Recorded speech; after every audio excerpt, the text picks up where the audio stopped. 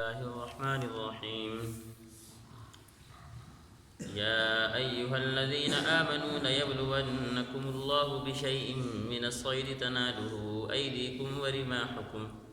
ليعلم الله من يخافه بالغيب فمن اعتدى بعد ذلك فله عذاب أليم۔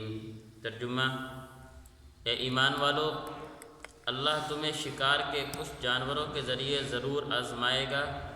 جو تمہارے ہاتھوں اور تمہارے نیزوں کے زد میں آ جائیں گے، تاکہ وہ یہ جان لیں کہ کون ہے جو اسے دیکھے بغیر بھی اس سے ڈرتا ہے۔ پھر جو شخص اس کے بعد بھی حد سے تجاوز کرے گا وہ دردناک سزا کا مستحق ہوگا۔ پچھلی آیات میں اللہ رب العزت نے کچھ محرمات کا ذکر کیا تھا، اور پھر اسی کے ضمن میں اللہ رب العزت نے اللہ اور رسول اللہ صلی اللہ علیہ وسلم کی اطاعت کی ترغیب بھی دی تھی۔ پھر اس کے بعد ایک سوال کا جواب بھی دیا تھا کہ وہ چیزیں جو حرام کر دی گئی ہیں، شراب، جوا وغیرہ، تو جب تک یہ حرام نہیں ہوئی تھی اس وقت تک جو لوگ اس دنیا سے چلے گئے اور انہوں نے شراب استعمال کی تو ان کے بارے میں کیا حکم ہے، تو اس کا جواب آ گیا تھا کہ جب تک وہ چیزیں حلال تھی تو ان کے استعمال میں کوئی حرج نہیں تھا۔ انہوں نے اس زمانے میں اگر اس کا استعمال کیا ہے تو کوئی مسئلہ نہیں، حرام ہونے کے زمانے سے پہلے وہ اس دنیا سے چلے گئے تو ان پر کوئی گناہ نہیں ہے۔ اس آیت میں اللہ رب العزت نے شکار کے مسائل بیان کیے حالت احرام میں، کہ حضرات صحابہ چونکہ ان کا کھانا پینا شکار سے زیادہ تر ہوا کرتا تھا، جنگلات پہ نکل جایا کرتے تھے، شکار کرتے تھے، پھر اسی کا کھانے پینے میں استعمال کرتے تھے۔ تو جب حالت احرام میں جا رہے ہوں عمرہ کرنے کے لیے یا حج کرنے کے لیے، تو اس موقع پر اگر کوئی سامنے شکار آ جاتا ہے تو اللہ رب العزت نے فرمایا کہ اللہ تمہیں آزمائیں گے۔ لَيَبْلُوَنَّكُمُ اللَّهُ بِشَيْءٍ مِّنَ الصَّيْدِ تَنَالُهُ أَيْدِيكُمْ، اللہ تمہیں اس طرح کے شکار سے آزمائیں گے جو تمہارے ہاتھوں میں وَرِمَاحُكُمْ اور تمہارے تیروں کے سامنے آ جائیں۔ ایک چیز انسان کو مرغوب ہو، پسندیدہ ہو، اور وہ اس کھانے کا موقع بھی ہو۔ سفر پہ نکل رہا ہوتا ہے تو بسا اوقات انسان کو کسی چیز کھانے کی ضرورت پڑ جاتی ہے، مرغوب بھی ہے، پسندیدہ بھی ہے، اور آپ کے دسترس میں بھی ہے کہ آپ اس کو حاصل بھی کر سکتے ہیں اور آسانی کے ساتھ حاصل کر سکتے ہیں۔ اس موقع پر اگر منع کر دی جائے کہ یہ نہیں کھانا، آپ نے اس کو آپ نے نہیں چھیڑنا، تو یہاں پر انسان کے امتحان کا پتہ چلتا ہے۔ تو اللہ نے فرمایا کہ لَيَبْلُوَنَّكُمُ اللَّهُ بِشَيْءٍ مِّنَ الصَّيْدِ تَنَالُهُ، اے ایمان والو، اللہ تمہیں شکار کے کچھ جانوروں کے ذریعے ضرور آزمائے گا جو تمہارے ہاتھوں اور تمہارے نیزوں کے زد میں آ جائیں گے۔ وجہ کیا ہے؟ لِيَعْلَمَ اللَّهُ مَن يَخَافُهُ بِالْغَيْبِ، تاکہ اللہ رب العزت یہ جان لیں کہ کون اللہ کو دیکھے بغیر اللہ سے ڈرتا ہے۔ اللہ کو دیکھے بغیر اللہ سے کون ڈرتا ہے؟ اللہ یہ دیکھنا چاہتے ہیں، یہ آزمانا چاہتے ہیں۔ فَمَنِ اعْتَدَىٰ بَعْدَ ذَلِكَ فَلَهُ عَذَابٌ أَلِيمٌ، اور اگر کوئی شخص حد سے تجاوز کرتا ہے، اللہ کے بتائے ہوئے حکموں کو توڑتا ہے،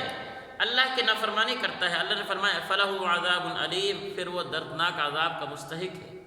کہ اللہ نے جس چیز سے منع فرما دیا وہ پھر بھی نہیں رک رہا۔ آگے یا ایھا الذین آمنوا لا تقتلوا الصید وانتم حرم، خلاصہ اس آیت کا یہ سمجھیں گے کہ حالت احرام میں شکار کرنا منع ہے۔ یہاں سے آپ گئے شکار اپنا احرام باندھ کر عمرہ کرنے کے لیے، حج کرنے کے لیے، تو جب تک آپ احرام کی حالت میں ہیں آپ بری جو زمینی خشکی کے جو جانور ہیں جن کا استعمال کرنا حلال ہے ان کا شکار نہیں کر سکتے، نمبر ایک۔ نمبر دو، کوئی اور آدمی آپ کے سامنے آیا، وہ حالت احرام میں نہیں ہے لیکن آپ نے اس کو کہا کہ بھئی اس جانور کا شکار کر لو، تو آپ نے اس کو شکار کی طرف اشارہ کیا ہے، اس کا بھی استعمال نہیں کر سکتے۔ نمبر تین، اگر کوئی اور آدمی جو حالت احرام میں نہیں تھا اس نے جانور کا شکار کیا اور آپ کے سامنے لا کے پیش کر دیا، تو چونکہ آپ نے نہ خود شکار کیا ہے اور نہ اس کو شکار کرنے کا کہا تھا، وہ شکار کرنے والا خود حالت احرام میں بھی نہیں ہے، اس کا شکار کیا وہ آپ کے لیے حلال ہے، آپ اس کا استعمال کر سکتے ہیں۔ تو اللہ نے یہاں پر کچھ مسائل کا ذکر کیا ہے۔ یا ایھا الذین آمنوا لا تقتلوا الصید وانتم حرم، اے ایمان والو جب تم احرام کی حالت میں ہو تو کسی شکار کو قتل نہ کرو۔ یعنی یہ بتایا دیا کہ یہ نہیں کہا جا رہا کہ کسی شکار کو نہ کھاؤ، کھانا منع نہیں ہے، کھا سکتے ہو، لیکن کب؟ جب تم خود شکار بھی نہ کرو اور شکار کی طرف اشارہ بھی نہ کرو۔ کوئی اور شکار کر کے لے آتا ہے تو وہ لا تقتلوا الصید میں نہیں آتا ہے، وہ کھانے میں آتا ہے، اس کے کھانے میں کوئی حرج نہیں ہے۔ اے ایمان والو لا تقتلوا الصید، کہ تم شکار کو قتل نہ کرو، کب؟ وانتم حرم، اس حال میں کہ تم احرام کی حالت میں ہو۔ ومن قتلہ منکم متعمدا، اگر تم میں سے کوئی جان بوجھ کر شکار کر لیتا ہے حالت احرام میں، اب اس کی جزا کیا ہے؟ فجزاء مثل ما قتل من النعم، اب اس کی جزا یہ ہے کہ اس جگہ کے، اس موقع کے دو عادل آدمی، دو نامیسر ہوں تو ایک عادل آدمی جو انصاف کرنے والا ہو، جو اس چیز کو سمجھتا بھی ہو، اس کے سامنے یہ چیز رکھی جائے کہ اس چیز کا شکار کیا گیا ہے، حالانکہ اس کے لیے ناجائز تھا، اب اس کی قیمت لگائی جائے گی کہ وہاں پر موقع کی اس کی کیا قیمت ہے، اس کا کیا ریٹ ہے۔ وہ ریٹ لگانے کے بعد اس کو 3 اختیار دیے گئے ہیں، یا تو وہی چیز لے کر صدقہ کر دے، نمبر 2 اگر وہ چیز لے کر صدقہ نہیں کرتا ہے تو اتنے قیمت جو اس کی قیمت بنتی ہے وہ لے کر مساکین میں تقسیم کر دے، اور اگر وہ بھی نہیں کر سکتا تو پھر جتنی قیمت بنتی ہے ان کو تقسیم کریں گے صدقہ فطر کے اعتبار سے، کہ ایک فطرانہ 200 سے 2 کلو کے برابر بنتا ہے تو وہ کتنے مساکین میں تقسیم ہو سکتا ہے، کتنے مسکین، کتنے آدمی اس کھانے کو کھا سکتے ہیں، اس کے مطابق فی مسکین یہ روزہ رکھے گا،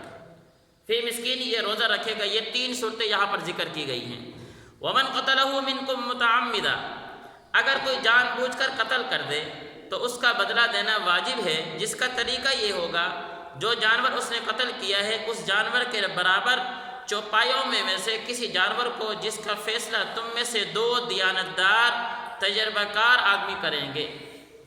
کعبہ پہنچ کر قربان کیا جائے گا۔ کہ اگر وہ جانور لیتا ہے تو پھر چونکہ وہ ہاتھی بن جاتا ہے، پھر جس جگہ پر قربانی کی جاتی ہے وہاں پر جا کر وہ قربانی کرے گا۔ او کفارۃ طعام مساکین، یا وہ صدقہ فطر، فطرانہ ادا کر دے، کفارہ ادا کر دے مسکینوں کو کھانا کھلا کر۔ او عدل ذلک صیاما لیذوق وبال امرہ، یا اچھا اللہ نے فرمایا او عدل، یا اس کے برابر روزے رکھے، او عدل ذلک صیاما، یا اس کے برابر روزہ رکھے، جتنے مسکینوں کو کھانا کھلا سکتے ہیں اتنے روزے رکھے گا۔ لیذوق وبال امرہ، اللہ فرمانے یہ کیوں ہیں؟ یہ اس کے اوپر اس لیے واجب کیا گیا ہے کہ اس نے ایک اس طرح کا کام کیا ہے جس سے اللہ نے اس کو منع کیا تھا، یہ اس کا وبال ہے، اس کے اوپر اس کی سزا اس کو مل رہی ہے۔ لیکن یہاں پر ایک بات سمجھیں گے کہ جب جانور کی بات آئی کہ اگر یہ آدمی جانور دینا چاہتا ہے تو فرمایا ہدیم بالغ الکعبہ، کعبہ میں جا کر اس جانور کا ذبح کرنا ضروری ہے۔ اگر یہ مساکین کو پیسے دینا چاہتا ہے، کھانا کھلانا چاہتا ہے یا روزہ رکھنا چاہتا ہے، وہ وہاں پر ضروری نہیں، اپنے گھر آ کر بھی کر سکتا ہے، اپنے گھر آ کر بھی کر سکتا ہے۔ عفا اللہ عما سلف، اللہ نے فرمایا تاکہ وہ شخص اپنے کیے کے بدلہ چکا لے، پہلے جو کچھ ہو چکا اللہ اسے معاف کر دے گا۔ ومن عاد فینتقم اللہ منہ، اور اگر انسان عادی مجرم بن جائے پھر بھی باز نہیں آ رہا ہے، کرتا ہی جا رہا ہے، اس کے بارے میں جو شخص دوبارہ ایسا کرے گا تو اللہ اس سے بدلہ لے گا، اور اللہ اقتدار اور انتقام کا مالک ہے۔ سمجھایا دیا ہے کہ جس چیز سے انسان کو منع کر دیا جائے، انسان کا یہ کام بنتا ہے کہ ان چیزوں سے باز آ جائے، ان چیزوں سے رک جائے۔ یہ تو تھا بری جانور، آگے شکاری آ رہا ہے بحری جانور کا، کہ اگر انسان گزر رہا تھا، درمیان میں دریا آ گیا، نہر آ گئی، اس میں مچھلیاں تھیں، تو بحری جانور کا شکار کرنے میں کوئی حرج نہیں ہے۔ احل لکم صید البحر وطعامہ، کہ بحری جانور کا کھانا بھی حلال ہے، اس کا شکار کرنا بھی حلال ہے۔ بری جانور شکار نہیں کر سکتا،